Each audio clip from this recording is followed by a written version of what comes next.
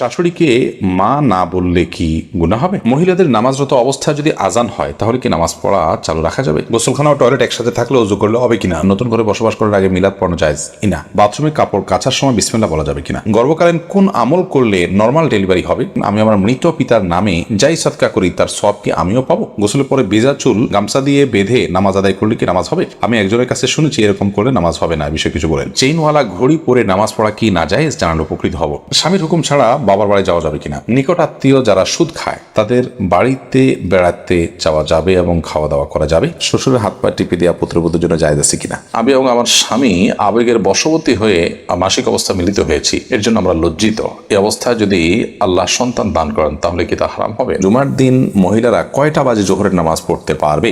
নামাজে আমরা যে নিয়ত করি সেটাকে ঠিক নামাইতে অনুসাল্লি আল্লাহ তাআলা পরিহিত কাপড় দিয়ে মুখ মুছলে নাকি দারিদ্র আসে, এটা কতটুকু সত্যি? আমি মাঝে মাঝে ফরজ নামাজের সময় দ্বিতীয় বৈঠকে তাশাহুদের সাথে দুরূদ পড়ে ফেলি, এরকম করে কি সেজদা দিতে হবে? যখন সুদ সম্পর্কে ধারণা ছিল না তখন ব্যাংকে কিছু টাকা রাখা ছিল, এখন সুদের অংশ কি করা উচিত? ঋণগ্রস্ত আত্মীয়কে দেওয়া যাবে কিনা? কোনো ঘরে প্রাণীর ছবি থাকলে নামাজ হয় না, বিকল্প ব্যবস্থা না থাকলে কি করবো? মাহরামদের সামনে গেঞ্জি পরা জায়েজ হবে কিনা? মাহরামদের সামনে পর্দার পরিধি কতটুকু? মৃত ব্যক্তিকে বারবার স্বপ্ন দেখলে করণীয় কি? কাফনের কাপড় নাকি দরদাম করে কেনা যায় না, কথাটাই কতটা শরীয়ত সম্মত? চলুন তাহলে আমরা প্রশ্নোত্তর আলোকিত ভবনে প্রবেশ করি। এরপরে কাজী ফাতেমা আপনি লিখেছেন, মহিলাদের নামাজরত অবস্থায় যদি আজান হয় তাহলে কি নামাজ পড়া চালু রাখা যাবে? যাবে, কোনো অসুবিধা নেই। আজান হওয়া হলে নামাজ বন্ধ করে ফেলতে হবে, কোনো কথা নেই।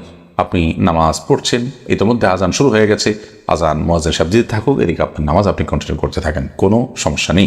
এরপর জেসমিন আক্তার আপনি লিখেছেন, গোসলখানা ও টয়লেট একসাথে থাকলে ওযু করলে হবে কিনা? বাসা যদি গোসলখানা এবং টয়লেট একসাথে থাকে সেক্ষেত্রে ভেতরে ওযু করলে ওযু হয়ে যাবে, কিন্তু উত্তম হলো কমোড এবং টিপের মাঝে কোনো পার্টিশন না থাকলে, আড়াল না থাকলে সেক্ষেত্রে বাইরে ওযু করবেন, এটা হলো উত্তম। কিন্তু যদি ভিতরে ওযু করেন তাতে ওযু হয়ে যাবে, কোনো অসুবিধা নেই ইনশাআল্লাহ। রোজা ইসলাম রানী আপনি লিখেছেন, নতুন করে বসবাস করার আগে মিলাদ পড়ানো জায়েজ কিনা?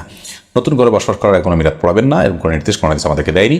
আপনি নতুন ঘরে ওঠার সময় বিসমিল্লাহ বলে আল্লাহর নাম নিয়ে উঠে যাবেন, এর জন্য আলাদা কোনো আনুষ্ঠানিকতা আপনাকে করতে হবে, কোনো বাধ্যবাধকতা নয়। হ্যাঁ, আশপাশের লোকজন বা এলাকার মানুষ কিংবা আত্মীয় স্বজনকে ডেকে আপনি দাওয়াত খাওয়াতে চান আপনার খুশি একটা উপলক্ষে, সেটা সম্পূর্ণ আপনার ব্যাপার, শরীয়তের কোনো বিশেষ নির্দেশ নাই। আর এর জন্য মিলাদের আয়োজন করতে হবে কোনো নির্দেশ ইসলাম আমাদেরকে করেনি। শিরিনা বেগম আপনি লিখেছেন, পুরুষের কি রূপার আংটি পড়তে পারবে? জি, পুরুষের রূপার আংটি পড়তে পারবে এবং এটি বিভিন্ন বর্ণনা দ্বারা সাব্যস্ত হয়েছে। এরপর নুসরাত মাহি আপনি লিখেছেন, আমি আমার মৃত পিতার নামে যাই সাদকা করি তার সওয়াব কি আমিও পাবো? আপনার মৃত পিতার নামে যে সাদকা আপনি করবেন, আশা করা যায় আল্লাহ রাব্বুল আলামিন আপনাকেও এক্সট্রা হিসাবে তার সাদকার সওয়াব দিবেন, কারণ আপনি যেহেতু পরিশ্রম করেছেন, আপনি যেহেতু কষ্ট করেছেন, আল্লাহ রাব্বুল আলামিন সেজন্য আপনাকে বঞ্চিত করবেন না, কারণ আল্লাহ রাব্বুল আলামিন কাউকে তার পরিশ্রমকে পণ্ড বা ব্যর্থ হতে দেন না যতক্ষণ পর্যন্ত সেটি আল্লাহ সন্তোষের জন্য হবে এবং সঠিক নিয়মে হবে। আপনি ফরাদ হোসেন আপনি লিখেছেন, বাথরুমে কাপড় কাচার সময় বিসমিল্লাহ বলা যাবে কিনা? বাথরুমে কাপড় কাচার সময় বিসমিল্লাহ বলবেন, বিশেষ করে যখন কমোডের সাথে আপনার ওই জায়গার পার্টিশন থাকবে। যদি পার্টিশন না থাকে তাহলে ওযুর সময় যেরকম মুখে বিসমিল্লাহ বলা নিষেধ, অনুচিত, মাকরুহ, ঠিক একইভাবে এখানেও মুখে বিসমিল্লাহ বলবেন না, মনে অনুচিত করে কাপড় কাচবেন। মাই হামাদ আপনি লিখেছেন, গর্ভকালীন কোন আমল করলে নর্মাল ডেলিভারি হবে? গর্ভকালীন সময় এরকম কোনো বিশেষ আমলের কথা কোনো হাদিসে বলা হয়নি যে আমল করলে নর্মাল ডেলিভারি হবে। তবে হ্যাঁ, গর্ভ যাতে নর্মালভাবে হয়, অপারেশন করতে না হয়, সেজন্য আল্লাহর রহমতের কাছে আপনি সাধারণভাবে দোয়া করতে পারেন। আর দান এবং সাদাকা এটা মানুষকে কঠিন কোনো পরিস্থিতি থেকে উত্তরের পথ দেখায়, বিধায় এরকম পরিস্থিতিতে আপনি কিছু দান সাদাকা করতে পারেন, এবং বিশেষভাবে ইস্তেগফার, দুরূদ সহ যে আমলগুলো বান্দার খুব কঠিন সিচুয়েশনে পড়লে আল্লাহ তাআলা তার জন্য বিষয়টিকে সহজ করেন, সে আমলগুলো আপনি বেশি বেশি করে করবেন, আল্লাহ তাআলার কাছে সাধারণভাবে দোয়া করতে থাকবেন। এছাড়া সুনির্দিষ্ট কোনো দোয়া বা আমল কোন হাদিস আমাদেরকে শেখায়নি যেটার মাধ্যমে নর্মাল ডেলিভারি হবে। মিথিলা মলি আপনি লিখেছেন, রাস্তার পাশে কবরস্থান থাকলে নাপাক অবস্থায় গেলে কি গুনাহ হবে? রাস্তার পাশে যদি কবরস্থান থাকে তাহলে সেই কবরস্থানে আপনি নাপাক অবস্থায়, অর্থাৎ আপনার ওযু নেই অবস্থা আপনি প্রবেশ করলেন, কোনো অসুবিধা নেই, আপনি জিয়ারত করতে পারেন। কবর জিয়ারত করার জন্য যে আপনাকে ওযু অবস্থা থাকতে হবে এরকম কোনো বাধ্যবাধকতা নেই। এক নিমিষে এই আইডি থেকে আপনি লিখেছেন, মেয়েদের পায়ে কি স্বর্ণের উপর পরা যাবে? যাবে, কোনো অসুবিধা নেই। মেয়েরা স্বর্ণ বা রূপা যে কোনোটি পড়তে পারে, তো সেক্ষেত্রে স্বর্ণের উপর পড়বেন না রূপার উপর পড়বেন সেটা আপনার বিষয়।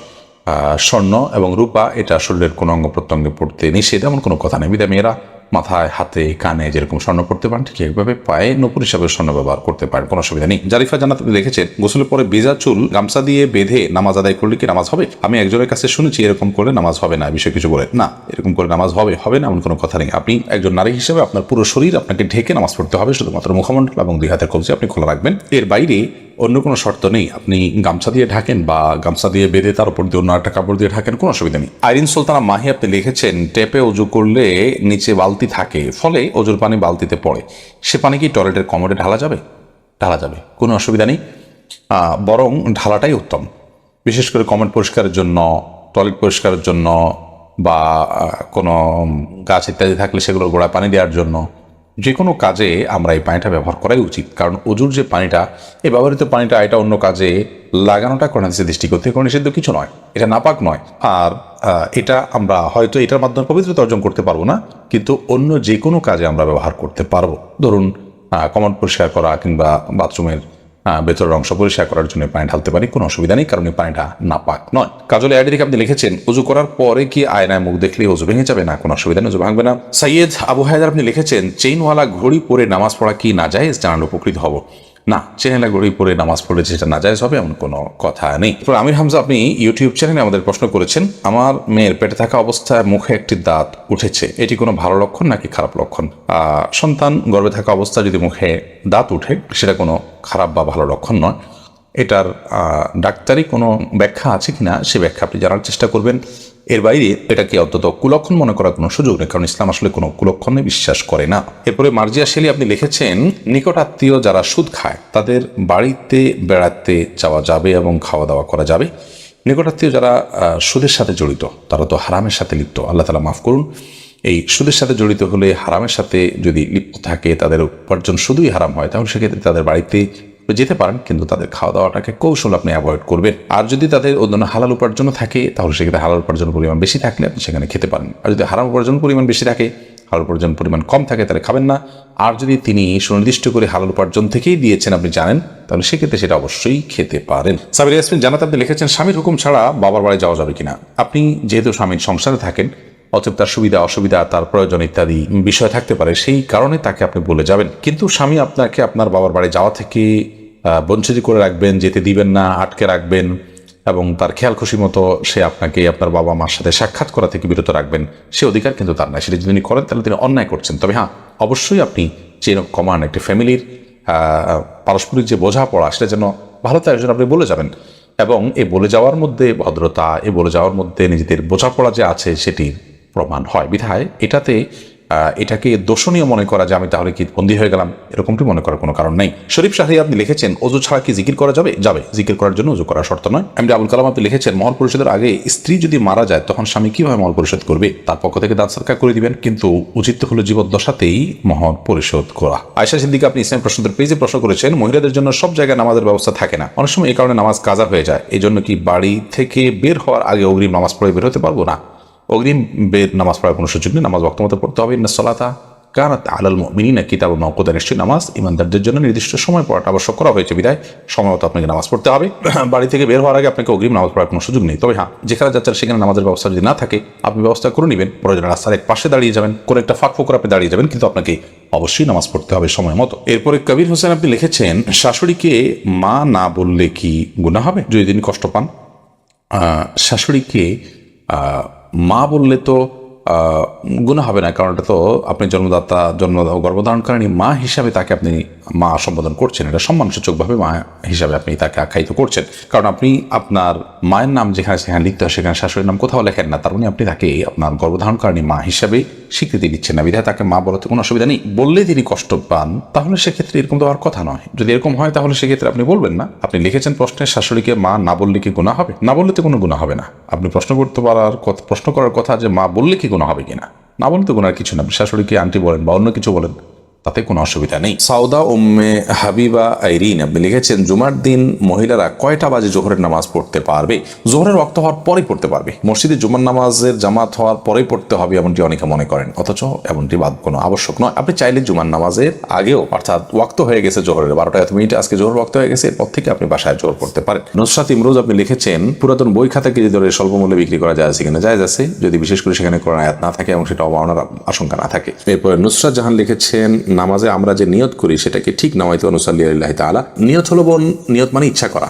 আমরা যে জন্য দাঁড়িয়েছি, কোন নামার জন্য দাঁড়িয়েছি, ফরজ না সুন্নাত, যোহর না আসর, এটা আমার মাথায় আছে। এই যে ইন্টেনশনটা আছে, এটা ইন্টেনশনটাই নিয়ত, এই ইচ্ছাটাই নিয়ত। মুখে নামায়তন পড়ার কথা কোনো হাদিসে নির্দেশ দেওয়া হয়নি। ইবাদত নবী করিম সাল্লাল্লাহু আলাইহি ওয়াসাল্লাম যেভাবে করেছেন আমরা সেভাবে করবো। তিনি বা তার সাহাবীরা কেউ নামায়তন তো মুখে বলেননি, আমরা সেটাকে বলাটা কেন আবশ্যক মনে করবো? আমরা জাস্ট আমাদের স্মৃতিতে যেটা আছে ওইটার দিকে খেয়াল করবো, ইবাদত শুরু করবো, নামাজ শুরু করবো। সাদিয়া বিনতু শিহাব ইয়াডি থেকে আপনি লিখেছেন, পরিহিত কাপড় দিয়ে মুখ মুছলে নাকি দারিদ্র আসে, এটা কতটুকু সত্যি? নিজের পরনে থাকা কাপড় এটা দিয়ে মুখ মুছুক, শরীরে অন্য কিছু মুছুক, এটার কারণে কোনো দারিদ্র ইত্যাদি আসবে যদি কেউ মনে করেন, তাহলে সেটা নিছকই একটা মন গড়া কথা, এর কোনো ভিত্তি করে হাদিসে নেই। এবং কুসংস্কারের জন্য এই ধরনের বিষয় একজন মুসলমান কখনো ধারণ করতে পারেন না। পরনে থাকা কাপড় যদি পাক থাকে, সেটা দিয়ে আপনি মুখ, হাত, শরীরের যে কোনো অঙ্গ মুছতে পারেন, কোনো অসুবিধা নেই। ওসমান মোল্লা আপনি লিখেছেন, আমি মাঝে মাঝে ফরজ নামাজের সময় দ্বিতীয় বৈঠকে তাশাহুদের সাথে দুরূদ পড়ে ফেলি, এরকম করে কি সাজদা দিতে হবে?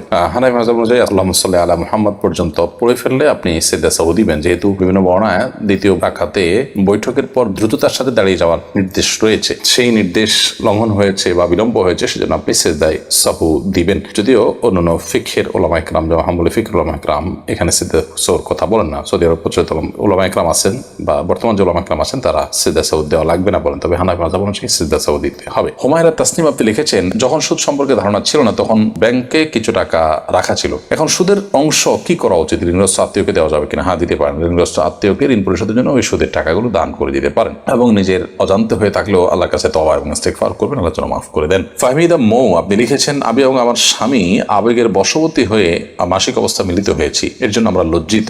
এই অবস্থায় যদি আল্লাহ সন্তান দান করেন, তাহলে কি তা হারাম হবে? না, এটার কারণে সন্তান হারাম হয়ে যাবে বা অবৈধ হবে এরকম নয়। তবে এই কাজের জন্য আপনাদের অনুতপ্ত হওয়া উচিত, এবং হাদিসে বর্ণনা মতে এরকম কাজ হয়ে গেলে কিছু সাদাকা আল্লাহর রাহে, আল্লাহর ওয়াস্তে গরিবদেরকে কিছু সাদাকা করে দিবেন, কিছু দান করে দিবেন, এবং ভবিষ্যতে এ ধরনের কর্মকাণ্ড থেকে বেঁচে থাকার জন্য চেষ্টা করবেন। আল্লাহর কাছে তওবা নাসুহা করবেন, লজ্জিত হয়ে মাফ চাইবেন, সেটি যথেষ্ট ইনশাআল্লাহ তাআলা। এরপরে সুমাইয়া আক্তার সুমা আপনি লিখেছেন, কোনো ঘরে প্রাণীর ছবি থাকলে নামাজ হয় না, বিকল্প ব্যবস্থা না থাকলে কি করব? যদি বিকল্প ব্যবস্থা না থাকে, তাহলে সেক্ষেত্রে প্রাণীর ছবিকে ডেকে নামাজ পড়বেন। আর নামাজ হয় না বিষয়টা সেরকম না, ওই জায়গায় নামাজ পড়লে মাকরুহ হবে। বিশেষ করে যদি আপনার সলাতে সিজদার জায়গায় থাকে, সামনে থাকে, তাহলে সেক্ষেত্রে সেটা তো দৃশ্যত তাকে সিজদা করছেন এরকম আপনার মনেও আসতে পারে, বা দেখলে সেরকম দেখা যেতে পারে। এই জন্য এটা সরিয়ে নেবেন বা উপর করে রাখবেন। এভাবে বিভিন্ন ভাবে আপনি চেষ্টা করবেন। তাতেও যদি কোনো এরকমও যদি কোনো উপায় না থাকে, তাহলে আপনি ওখানে সালাত আদায় করে নামাজ হবে না, বিষয়টা সেরকম না, মাকরুহ হবে, অপছন্দনীয় হবে। সালমা আক্তার লিখেছেন, বাইরে সাধারণত হিজাব পরে, এরকম অনেক মেয়েরাও বাসায় হাফপাতা গেঞ্জি পরেন, কেউ উপরে ওড়না পরেন, অনেকে পরেন না। মাহরামদের সামনে গেঞ্জি পরা জায়েজ হবে কিনা? মাহরামদের সামনে পর্দা করে দিই কতটুকু? মাহরামদের সামনে যদি কেউ গেঞ্জি পরে চলেন, তো আক্ষরিক অর্থে পর্দা হয়ে গেল, এটি শালীন পোশাকের অন্তর্ভুক্ত নয়। কারণ শরীরের অন্যান্য অঙ্গ প্রত্যঙ্গ যেগুলো ফুটে উঠবে, সেগুলো নানাবিধ ফিতনার কারণ হবে, যার কারণে এখানে এটি করা উচিত নয়। দ্বিতীয়ত, মুসলিম মেয়েদের যে শালীন সুন্দর পোশাক এবং পোশাক পরিচ্ছদের যে নীতিমালা রয়েছে, সেটা আমাদের অনুসরণ করা উচিত। ফাসিক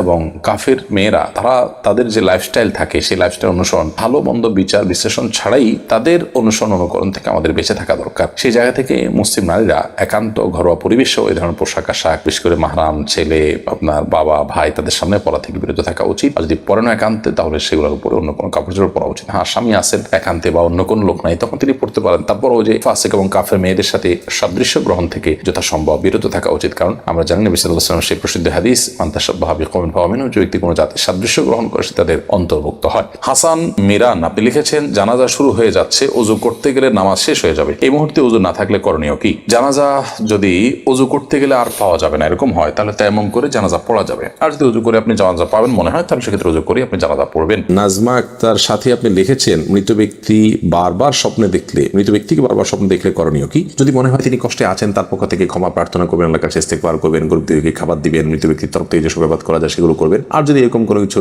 মনে না হয়, তাহলে সেক্ষেত্রে এটার জন্য বিশেষ কোনো কিছু আপনার করার প্রয়োজন নেই। মৃত ব্যক্তিকে দেখলে গরিবদেরকে খাদ্য দিতে হয় বা নির্দিষ্ট কিছু কাজ করতে হয়, এরকমটি আমরা অনেকে মনে করি। এরকম বিশেষ কোনো ফরম্যাট বা বিশেষ কোনো করণীয় শরীয়ত ঠিক করে দেয়নি, বিধায় এরকমটিকে আমরা সিস্টেম বানিয়ে নেওয়া বা এরকমটিকে শরিয়া নির্দেশিত কোনো কাজ মনে করার কোনো কারণ নেই, বা এরকম মনে করাটা সঠিক হবে না, সেটা ভুল হবে। শরীফুল ইসলাম আপনি আমাদের ইউটিউব চ্যানেলে প্রশ্ন করেছেন, কাফনের কাপড় নাকি দরদাম করে কেনা যায় না, কথাটাই কতটা শরীয়ত সম্মত? এই মাসালা হয়তো কোনো কাফনের কাপড়ের ব্যবসায়ী তার সুবিধার জন্য আবিষ্কার করছে কিনা আল্লাহ আলাম। কারণ হলো এই ধরনের মাসালা থাকলে তো কাফনের কাপড়ের বিক্রেতা যারা, তারা লাল হয়ে যাবে, যে কোনো দাম চাইবে, আপনি দরদাম করতে পারবেন না। মূলত এরকম কোনো কথা কোরআন হাদিসে বলা হয়নি। অন্য 10টি জিনিসের মতো কাফনে কাপড়ও আপনি দরদাম করে কিনতে পারবেন, কোনো অসুবিধা নেই। আলী হাসান লিখেছেন, আমি 5 ওয়াক্ত নামাজ পড়ার চেষ্টা করি, কিন্তু মাঝে মধ্যে নামাজের মধ্যে আমার মনোযোগ থাকে না। কি করলে পুরোপুরি মনোযোগ থাকবে দয়া করে জানাবেন। ভাই আলী হাসান, নামাজে মনোযোগ সৃষ্টি করবার জন্য প্রথমত নামাজ আমরা যা বলছি সেগুলোকে বোঝার চেষ্টা করব, অর্থগুলো জানার চেষ্টা করব, সূরা কেরাতগুলো, দোয়াগুলোর, এটা আমাদের মনোযোগ সৃষ্টিতে সাহায্য করবে ইনশাআল্লাহ।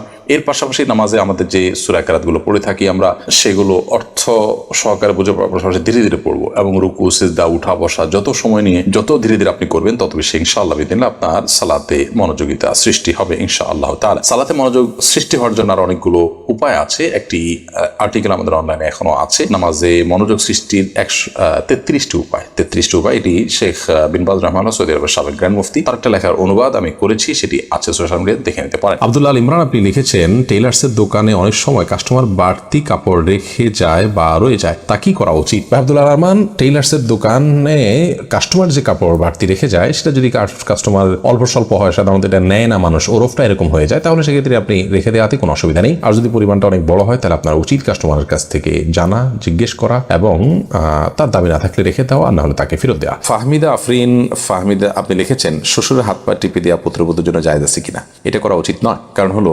শ্বশুর তার হাত পা যদি পুত্রবধূ টিপেন, তাহলে সেক্ষেত্রে কল্পনার জেনার দুয়ার উন্মুক্ত অন্তত হতে পারে, কমপক্ষে এতটুকু হওয়ার সম্ভাবনা আছে, যার কারণে গুনাহের দ্বার পর্যন্ত বন্ধ করতে হয়, এটাকে সাদ্দু জারায়া বলা হয়। তো যার কারণে এটা জায়েজ নয়। পুত্রবধূ শ্বশুর অন্য সেবা করবেন, তবে হ্যাঁ, শ্বশুর অনেক বৃদ্ধ, এত বৃদ্ধ যে এ ধরনের কোনো আশঙ্কা নাই, তাহলে সেক্ষেত্রে এটি করা যেতে পারে, যদি একান্ত নিরুপায় থাকে, অন্য কেউ না থাকেন এবং এটা যদি খুব বেশি জরুরি হয়, অর্থাৎ অনেকগুলো শর্তের উপর ভিত্তি করে।